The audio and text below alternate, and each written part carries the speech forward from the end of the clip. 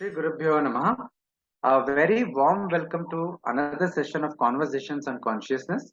Let me begin with a small prayer. Sada Shiva Samarambham Shankaracharya Madhyamam Asmadacharya Paryantam Vande Guru Paramparam Shri Gurubhyo Namaha Hari Om. Namaste everyone. We are very happy today to have among us Swami Rameswarananda Saraswati ji, who is joining us from all the way from Manjakkudi. You're currently there, right, Swamiji? Yes, Manjakkudi, Rameswarananda. Rameswarananda. Apologies. So we are very happy to have you, Swamiji, and thank you for making time from your busy schedule. Before we begin, I just want to give a brief introduction to you to share with the audience. Swami Rameswarananda ji took sannyasa diksha from Swami Sakshatkritananda Saraswati ji, the chief acharya at Swami Dayananda Saraswati Ashram at Rishikesh. Swamiji is currently a resident at Manjakkudi in Tamil Nadu, which is Pujya Swami Dayananda Saraswati's birthplace, where Swamiji runs a Vedanta study center called Jnana Pravaha, wherein all of Pujyasri's teachings have been archived and they are available for free access for any students of Vedanta. Swamiji also has a facility to conduct Vedanta retreats for acharyas, and students can accommodate 30 to 40 people there. And Swamiji is also associated with Arsha Vidya Research and Publication Trust, founded by Pujya Swami Dayananda Saraswati ji, which publishes all of Pujya Swamiji's teachings, his works, transcripts, lectures, and everything. We will talk more about these activities of the trust as we proceed in the interview. Swamiji, once again, thank you for making time. And my first question, this is the common question that I ask all our guests, is that please share with us about your spiritual journey. How did it all begin, so to speak? Did any events trigger you in this path, or was it a natural process for you? How did you first develop your interest in Vedanta? Who were your early inspirations? Please share about your journey. Om Sri Gurubhyo Namaha Dayakaram Dayakaram Dantam Dharma Pravartakam Pranamami Dayanandam Madacharya Varam. Yes, it so happens that I am also born in this village. So that basically would throw light on my early association with Pujyasri Swami Dayananda Saraswati, since he was familiar to my family, Purvashram family, parents, my uncle, and all those, who was himself a student of Pujya Swamiji. So whenever Pujya Swamiji in his early sannyasa days in 70s, he used to visit Trichy, Tanjore, and used to conduct Gita Jnana Yajna when he was in Chimya Mission. He was the initiator of Gita Jnana Yajnas and all that, along for Pujya Swami, Pujya Guru Swami Chimyananda. He used to conduct lectures under the banner of Chimya Mission. So whenever he used to come to Trichy and all that, I was a young boy and we used to go along with my uncle just to help him around in terms of banners or in terms of Swamiji's clothes maintenance, etc. So that is how I know him. And also, when I was just finishing my graduation, I had a leisure time, like exams were all over, I was waiting for the results, graduation was over. So I attended one session where the topic of the session was "Who am I?" So this was at Trichy, St. Joseph's National High School grounds in the year of 1975 June. So that class, that sessions, once he told that you are the awareness being, that struck root in my heart and in my mind. Since I felt that I used to do a lot of soliloquy even in those days. Like I used to, yeah, I'm able to see that I do something well in the morning, something but not so well in the evening. Sometimes I get scolded by my mother, father in the morning. Evening I get scolded by my teacher of tutors me in cricket. All those things. So that sort of a thing I always used to observe, and I said that yeah, I'm able to something like when I was able to relate to that word, awareful being aware of what are my plus minus, what is going on in my mind, my own dreams, daydreams, etc. All those things I was able to see, and I was very interested. So I kept on listening. Thereafter, it was just growing. Really, I don't know. It kept only growing in the sense the clarity that was like Swamiji used to say, it's like a Polaroid film.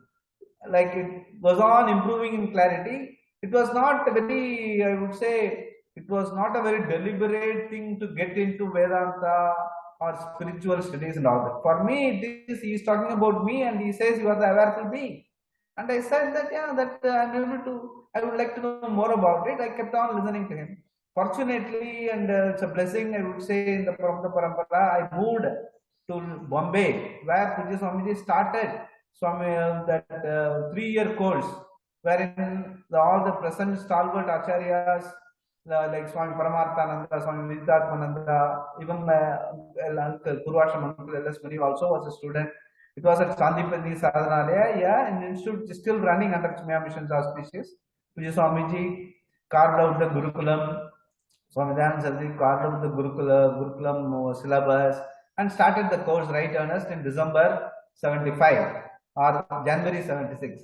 I was there in Bombay looking for a job, and I got connected to Hindustan Liver as an employee. So I was there for very much there and used to go there weekends to Sandipani Sadhanalaya, and the journey continued, like my understanding of who am I continued. That is how I told. I just used to spend time with Swamiji, whatever classes, whatever satsang, whatever temple bhajans, everything that are going on there. I used to be part of it. I used to be present there. Weekend I used to spend, come back charged to Mumbai, the rendezvous of all new job, new people. At the age of 19, 20, I had not even seen Chennai before I left Trichy to Bombay. So everything was city life, new language, new people, new crowd, everything was new. But there was the certain things were there, certain things were not there. I was living in a pad, whereas I was living in a home in Trichy. Here in Bombay, I was living in a pad. But the sense, none of those words really rang in my mind. In the sense, I was never comparing myself with others. I never looked at myself having a moneyed person, not a moneyed person, having great clothes or a great job. All those things were the sense. Those words, were not really making any impression in my mind. What was making an impression in my mind was that they were the awareful being. That I could see the whole thing as a drama going around me. That was really fascinating. In the sense, I was able to enjoy all the pluses and minuses happening around me because it was more like a drama. You were the awareful being. So I would say the lifestyle, the whole changes, dynamic changes that was happening from 75 to 80 till Swamiji was around completing the course and getting back to US to start another course there and all that. For me, it was I would say, lifetime education, not only in my own Laukika or day-to-day life, but also in the Vedic journey. Like in the sense, I honestly, as I said, I never looked at it as a Vedic journey or something. No big words. I was just understanding myself, and it was beautiful. So I left it at that and allowed it to grow. That is how my journey started. That's wonderful, Swamiji. So it was a more of a naturally happened, organically happened journey. I think that is the beauty of it.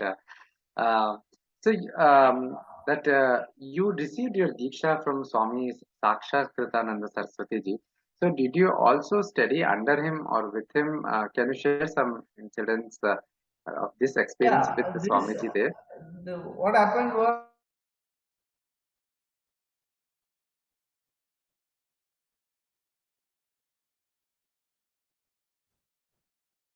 Swamiji? I was in Bombay for 22 years till 2005. Came to Chennai for a year. I joined Bushgokalan. Thereafter, I went to Gulf for 10 years and came back. Then when I was back, all the time I had gone through the Gita Home Study course started by Swamiji in 1990. I was the first course member. I was having those manuscripts regularly, studying while working only. And whenever I got an opportunity to listen to Swamiji in Bombay, physically I used to be present there morning, evening. I used to keep listening. Wherever he used to travel, he used to inform me by phone or by letter that I am coming here, you can meet me there. And I used to keep doing that. That was going on.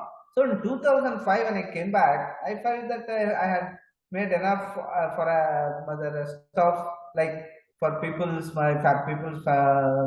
requirements in terms of comforts or afterlife or retired life, sort of retired life. Because Swamiji always used to say that is the best way. Go to Gulf, make money, come back, have a good home, and get into Vedanta. And that's what he used to tell, and he said that's the most practical way to live and all that.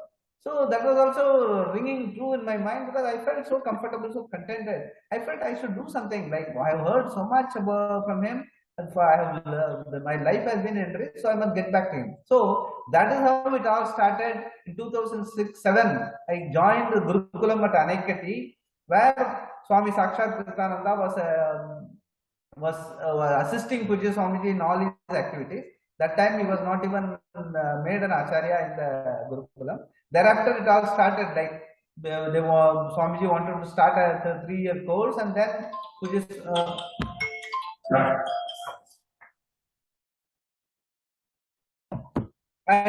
Pujya Swamiji, 1 minute, I mute.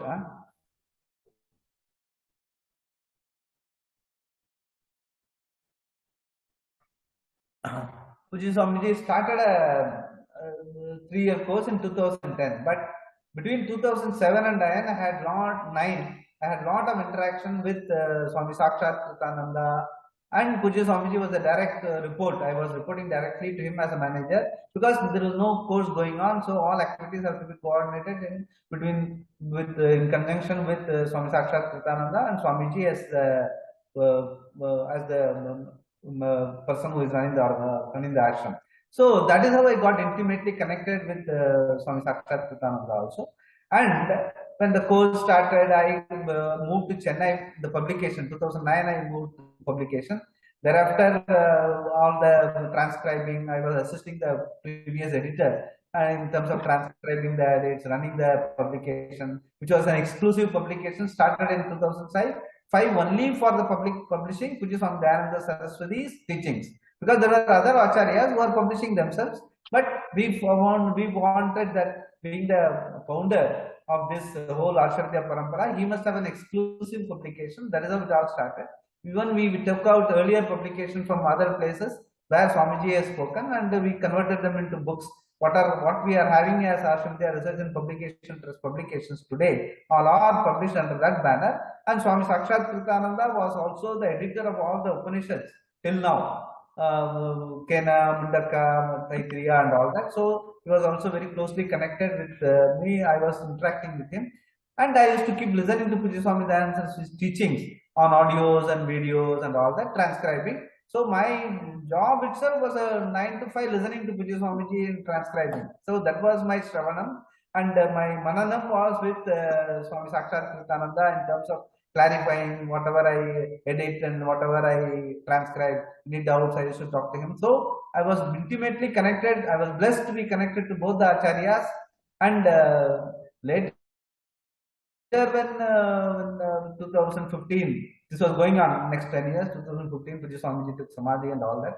We published some Prasthana completion, Taittiriya and Brahmasutra, and done by under the help of mentorship of Swami Sakshat Kritananda. So he was closely, in the sense, I have not directly studied under Swami Sakshat Kritananda. My understanding of the whole teaching is from Pujya Swami Dayananda Saraswati teaching because of my constant Shravanam from him. But he was very much mentoring me into the whole journey, Pujya Swami Sakshat Kritananda. So I was blessed. Later, after 3-4 years, when things moved on in life, I was blessed. My prarabdha and my association with Swami Sakshat Kritananda, being the chief acharya at Rishikesh, it all, in the sense, I would say it's all providence. It all fell in place. It came together, and he was kind enough. He felt that I am ready for it, and the sense that is how it all happened. The Diksha happened in 2021 under his blessings. Yeah, these blessings under in the Swami Dayananda Ashram at Rishikesh at his Adhishram. That's absolutely wonderful, Swamiji. I think what stuck to me was the Shravanam you used that as part of your publication work, transcription, and everything. That itself become, I think, the best example of a best illustration of Karma Yoga. I think. So more on that, I think you're the right person for me to ask this question. Um, what were some of the unique techniques or unique methods that Pujya Swami Dayananda Saraswati ji employed while teaching the texts or the Upanishads or the Vedantic texts? Was there a unique teaching method, unique teaching style of him? Some light about that for those who have not actually, those like me who have not actually met him directly or studied under him, but nevertheless very fascinated by his books, by his teachings. Please do share. Yeah, see, Swamiji always used to say, this teaching is irrespective of number of people he teaches one to one. In the sense, he says there is no, like, it is not not an audience, not teaching to an audience. Teaching one to one, like a Gurukulam in the olden days. You are totally the Shraddha of the student with the teacher in the teaching is like what you call a Gurukulam situation. Wherever one sits and listens, the Swamiji, you can see that Swamiji is seeing eye to eye with you. Wherever you are sitting, even in the crowd. So one day, if you change your position, Pujya Swamiji will always notice. You are sitting there, why are you sitting here today? Sit in one place, because I am teaching one to one. That was his the sense. That is how this teaching is. It is the vision. Swamiji used to say that as we transferred from the Guru's head to the student's head, all the words that come in between come and go. The vrittis come and go. The vision gets transferred. For that, the Shraddha and the teaching and the Shraddha and the teacher, the total trust like between the mother and the child has to be there. The total trust, the surrender, because that is how all of us are born with, total trust in the mother when we are born. And that trust has to be there because it is all about being the total. You are the total. You are Ishvara. The totality is what is being communicated. That has to be, the total trust in the teacher has to happen. And the teacher has to have the total like commitment, the daya, as the name suggests, Swami Dayananda Saraswati, the daya has to, the compassion. He wants to make you, the sense he says, always to say, when you leave the room, you must be as total as I am. Then only my teaching is complete. That is what was his message to all the acharyas and all the students. So that is the unique style, and that has happened not only in just people who are close to him intimately, who have been watching him, but also who has been around. A lot of people who have been part of the camps, part of 3-year courses, all of them had that feeling. Everyone felt we are intimately connected to Pujya Swamiji in so many ways. Even people who have not studied Vedanta under him, they also feel connected. But for the people who study Vedanta, this connection is almost like what Bhagavan Krishna used to tell. Bhagavan Krishna's vision has to be transferred to Arjuna. Like if you look at it as a figurative thing, the buddhi is the Sarathi. The buddhi in every individual is the Sarathi. That is Krishna. The buddhi has to become Krishna means what? That much of transference in terms of vision has to happen. That is his unique style. He, in my understanding, I feel blessed that it has happened. That is why, that is the unique style. That is the uniqueness of the teaching. That is the only way it will work. This is not a teaching as a subject. It doesn't stand, it should not stand outside of you. It is within you. It is your life. It is one life. Swamiji always used to say there is no professional, personal, laukika, vaidika bifurcation. You are one person, one being. And that one being has, the essence of it has to be captured through the vision. That was his teaching, and that is the uniqueness. That's amazing. I think to be able to speak to an audio room full of people and communicate individually, personally to each of them.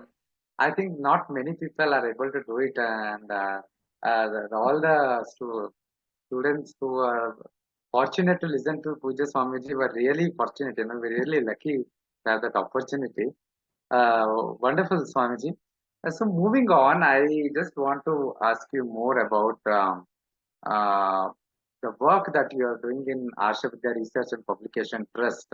What are the spectrum activities that you are doing, and what kind of challenges you might have faced in the course of doing these activities? To share about something about the trust. Yeah, see, as you know, my background is from the industry. I came to Swamiji, and Swamiji used to say, whatever you do in my under my auspicious, everything is a contribution. So I never looked at when I was a manager at the Gurukulam. I used to do right from kitchen management to all the accommodation, all the facility management, utilities, everything I used to do. And whenever any problem is there, anyone any complaint, Swamiji used to tell me, and I used to act on it. That is how it is. No bar on any activity. There's nothing like bifurcation and all that. So 24 hours I was available at the ashram. I was resident there, and I was available, and I used to keep doing that. The same thing when I moved into the publication, there was an editor, there was the publication. As I said, the object was to convert Pujya Swamiji's teachings into books, and even later we convert, even the apart from the books, the audios, the videos are all being now circulated in an organized manner through a teachings of Swami Dayananda app. Then we started a website. I gave the inputs of how the website should be, how it should look. We had an external agent to do the website. Later, we got a dedicated person inside. As of now, who is maintaining that? We transferred from that external agent to the person here. Then I was also managing I was trying to introduce more the books to the more and more stores and all that. We found that it is a niche product. It is not going to move like regular books and all that. We burnt our fingers and trying to what you call popularize, market it, push sale and all that. We found that only full will work. Only the devotees and all the ashrams have to be our prime.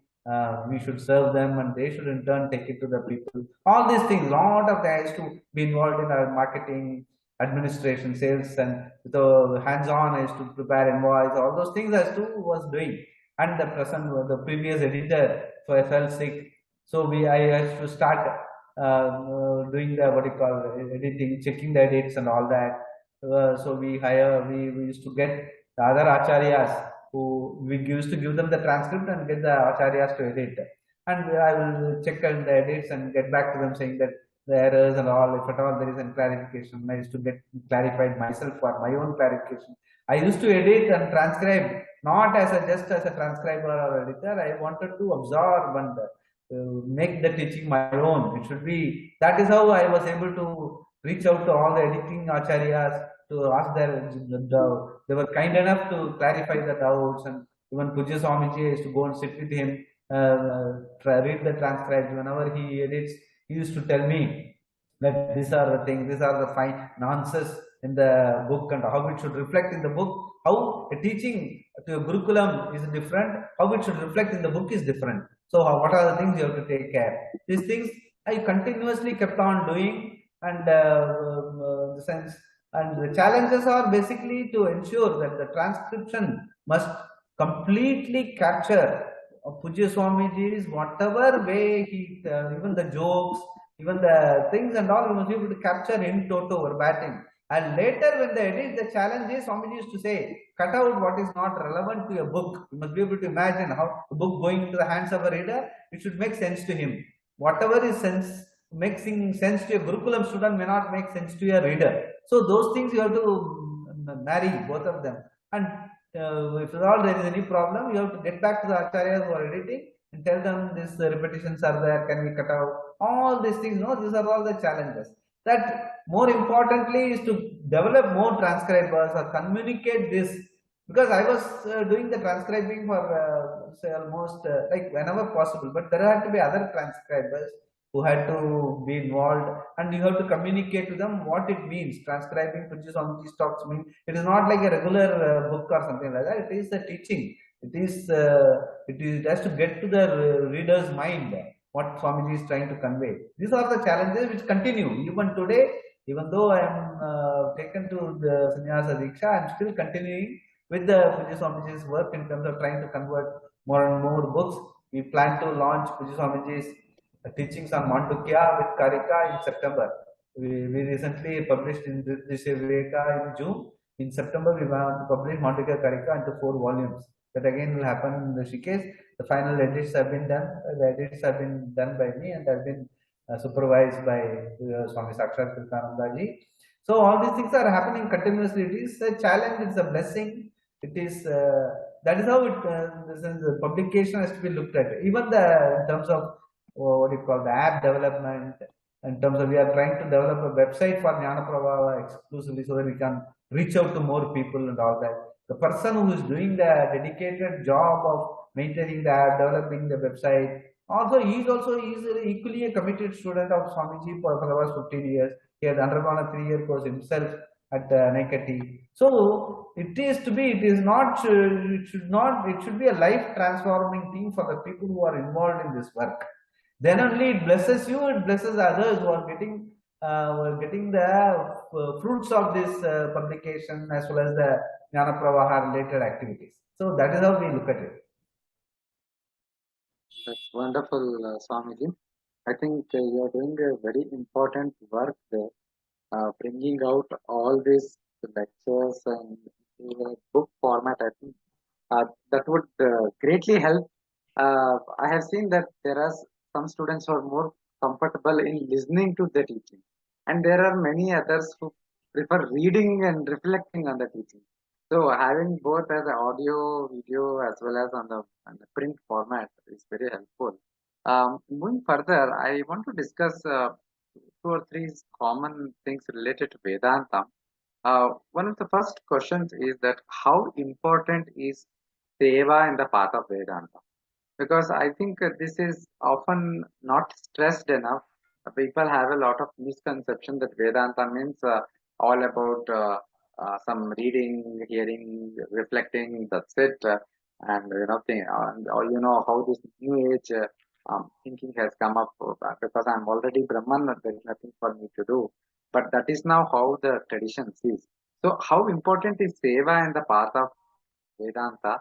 How can one understand what is the right way to engage in seva?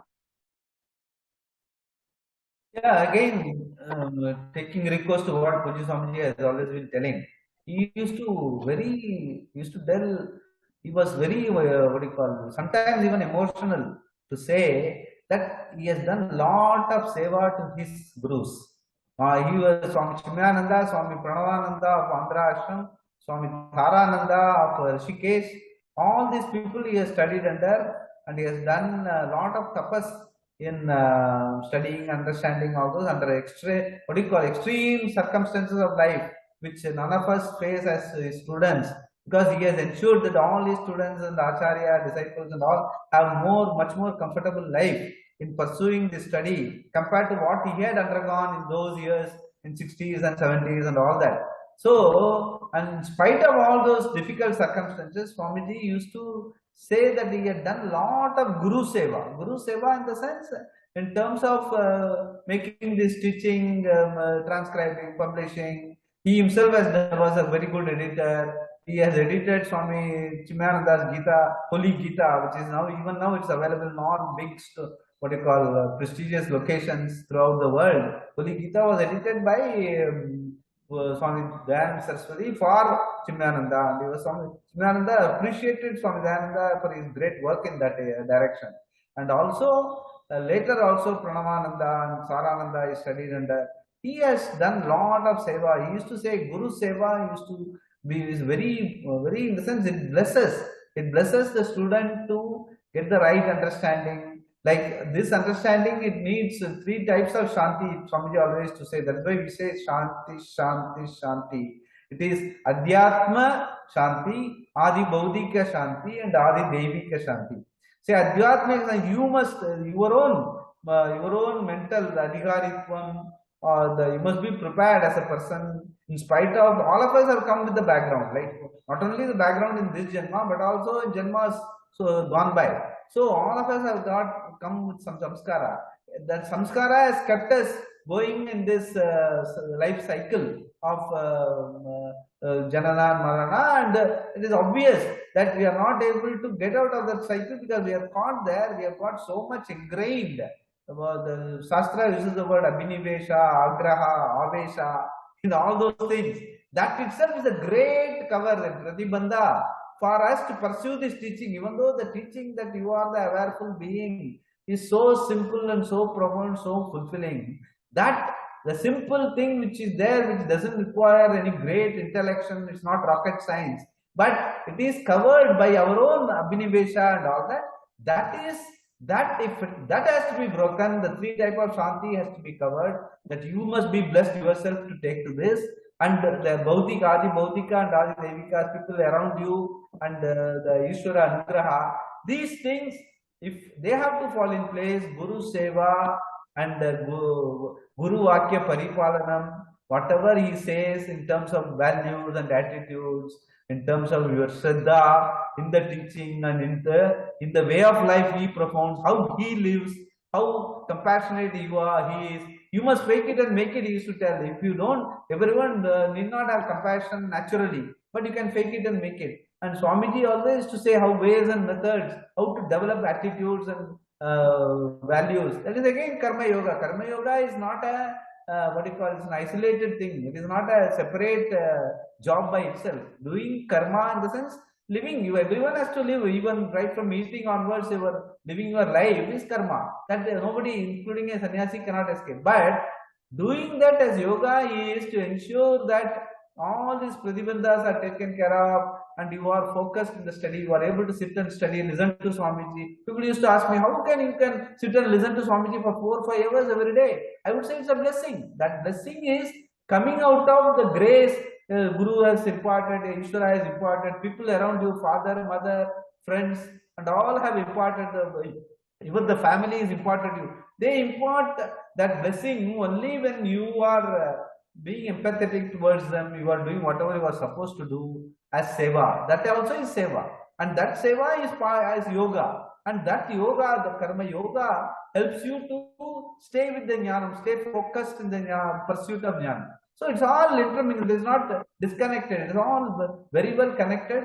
So that is how it has to be, seva has to be looked at. Seva is not something like just going, and Swamiji always used to say, it's not something and going do a social service in an organization without taking any money. That is there, that is very good, no doubt. That may help you in getting some anugraha. But the seva and yoga which Swamiji talks about in the context of Vedanta study is what I have explained all along. That is what is important. That is how you have to look at it. Yeah. Swamiji, another misconception, should I say, or the popular perception is that there is a confusion regarding the place of upasana, bhakti upasana, saguna upasana, if I have to put it that way, in Vedanta, because there is often again some misconception saying that if everything is Brahman, then what is the need to do puja or upasana? So can you shed some light on this? What are your thoughts on this, as well as Pujya Swamiji Dayananda Saraswati's thoughts on it? Yeah, in the sense, if you know for sure that you are Brahman, this is not something to be put in words and put in a board and keep it in your room that I am Brahman, keep on saying that. That is not, it is not even, cannot be verbalized. Mandukya, the book that we are going to bring out, also elaborately talks about it. It's not even, you can never put it in words, and it is something that is you are. Everything, Swamiji used to say that the very catchy phrase is, you are self-evident, meaning you are not evident to the self. What is self-evident is not evident to the self. To that extent, you cannot put it in, I say I know Brahman, that famous words in Kena Upanishad also, where the student replies to the question by the teacher, I can't say that I don't know Brahman. I can't say that I know Brahman in the sense I cannot say I can objectify Brahman for you. But people who know me know that I am Brahman. My Guru knows that I am Brahman.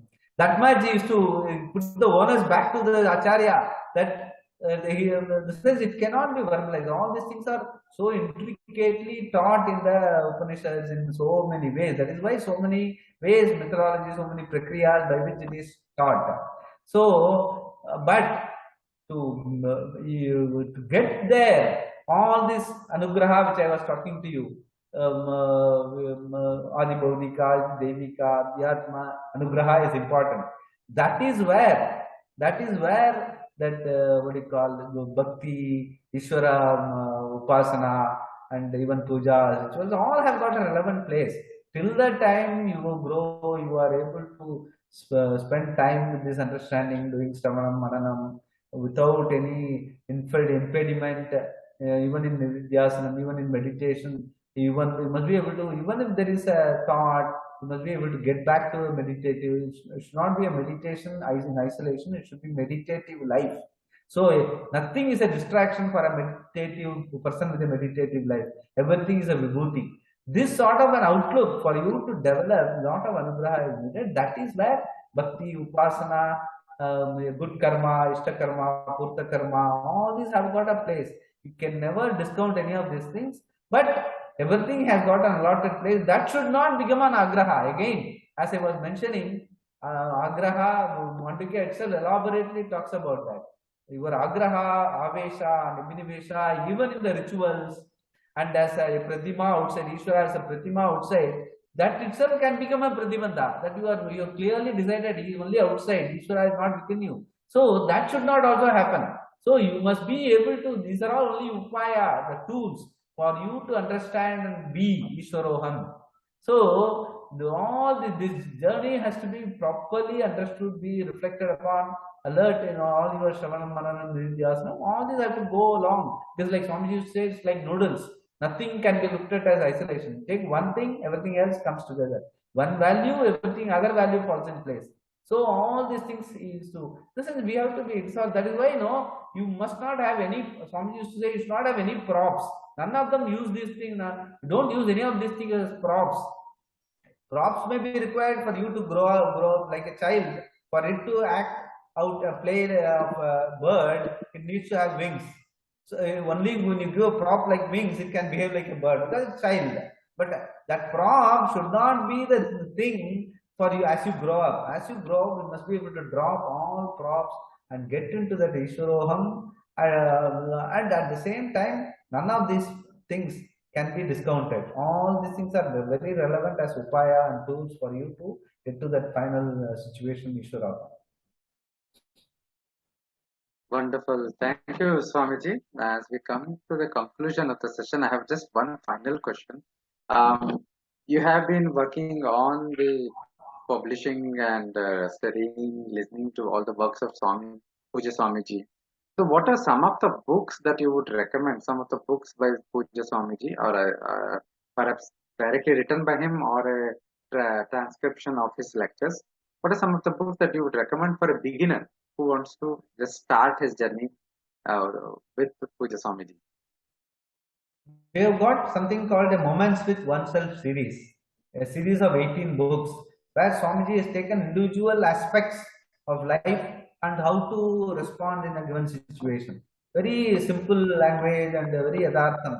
And he always connects it with the basic understanding that you are the awareful being. For you to connect to that, what are all the things which you need to do in different kinds of situations you face?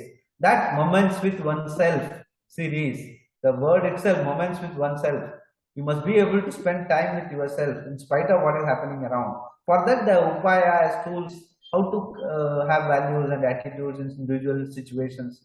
That is come out as Moments with Oneself series, 18 books. And then we have got a set of 6 or 8 public talks books, slightly elaborate.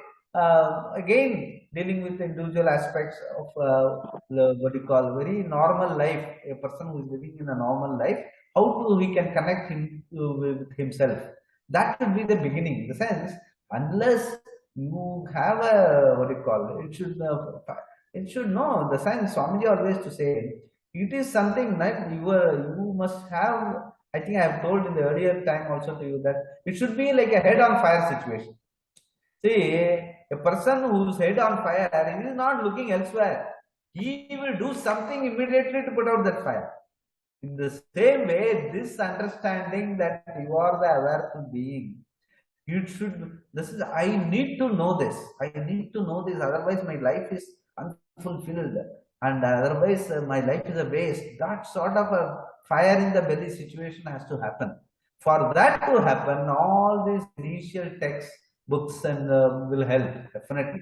And thereafter, Swamiji always says, take to Gita Home Study, have a satsang group. He always used to say this is a very important thing. Have a group study of Gita Home Study, where Swamiji has elaborately dealt with all the fundamental problems.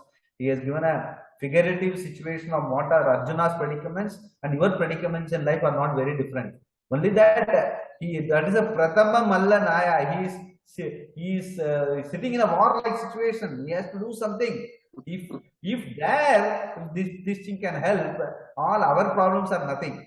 Definitely in our situation, we cannot excuse, no, I have got a difficult problem. How can I study? You can have no such excuses, because in a war-like situation, Gita Acharya was able to teach him, because at that time, even the life and death situation, he found that teaching is important. So you can have no excuse. So Gita Home Study, you have to get into, and very patiently Swamiji has elaborated with lot of daya and compassion. He has elaborated, and as a group study, it is definitely helpful. Once people once they have understood that this study is very important in my life, then they get into this, and thereafter, once the Gita Home Study is spent, you spend sufficient number of time on that. Thereafter, naturally, you will get into like to know, once you know that you are the you want to know the glory, then the glory of your being is the glory of the world around, and glory of Ishvara. That comes by studying Upanishads. Then the teaching is complete, the understanding is complete.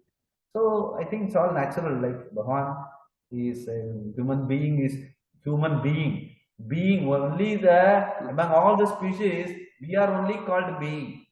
A cat is not called a cat being, or even a devata is not called a devata being. Son, God, we say. But the being, the word the being is exclusively, even in English language, meant for human. So we have to get to the situation that we are first beings, rather than all the time doing. We must be able to get to the situation we are day in and day out. We are being. We have to be capital, E capital. That comes to understand. Thank you very much, Swamiji, for an enlightening session. I'm sure all of our audience would be watching this session, would be hugely benefited from it. Thank you for making time for this session. Om Purnamada Purnamidam Purnat Purnamudachyate Purnasya Purnamadaya Purnamevavasishyate. Om Shanti Shanti Shanti. Harihi Om Sri Gurubhyo Namaha. Harihi Om. Please share the recording with me. I will, Swamiji. Yes, with this, we come to the conclusion of yet another session of Conversations on Consciousness. Please follow us on Facebook, Twitter, and Instagram for more updates. With this, we conclude the session. Shri Guru.